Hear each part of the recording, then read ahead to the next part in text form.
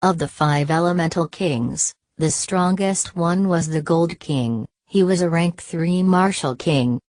Of course, the ones with the greatest statuses, who possessed the commanding power to call so many members here, were of course the 3 protectors. Mheallann, Chu Feng had seen him before. He naturally recognized this old bastard who held animosity towards him. He was sitting on a chair made out of spirit formations. He appeared to be quite at ease, and by his side were 2 other people sitting as well. One was a woman who had a bewitching figure and heavy makeup, while her body exuded an odd fragrance. She looked middle-aged, but everyone knew she was an old granny who'd lived for nearly 200 years.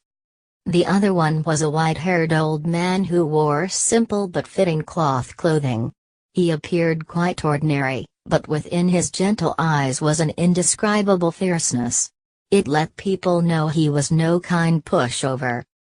Needless to say, those 2 were the 2 other protectors of the crippling night demon sect, respectively Zhuan Xiaocao's master, Zhu Zhu, and Fu Fengming's master, Fu Liansheng. Both of their cultivation was really high. They were the same as Mheallann, rank 4 martial kings. Their lips were moving slightly at that moment, but they let out no sound.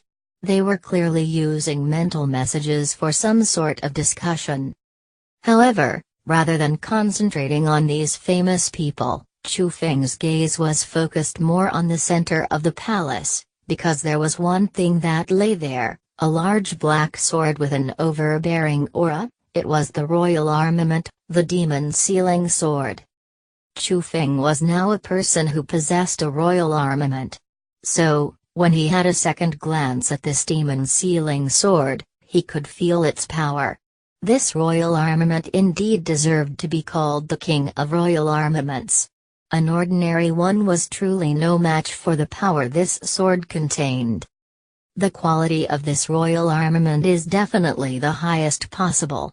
If I'm not mistaken, the person who made it is unlikely a martial king, but a martial emperor. Only a royal armament made by a martial emperor can hold such quality, he said. A royal armament forged by a martial emperor, huh? That does make sense. The difference in strength between a martial king and martial emperor is like the heaven and earth. Their comprehension in cultivation is on a completely different level. Although they are both creating royal armaments, there's an enormous disparity in quality.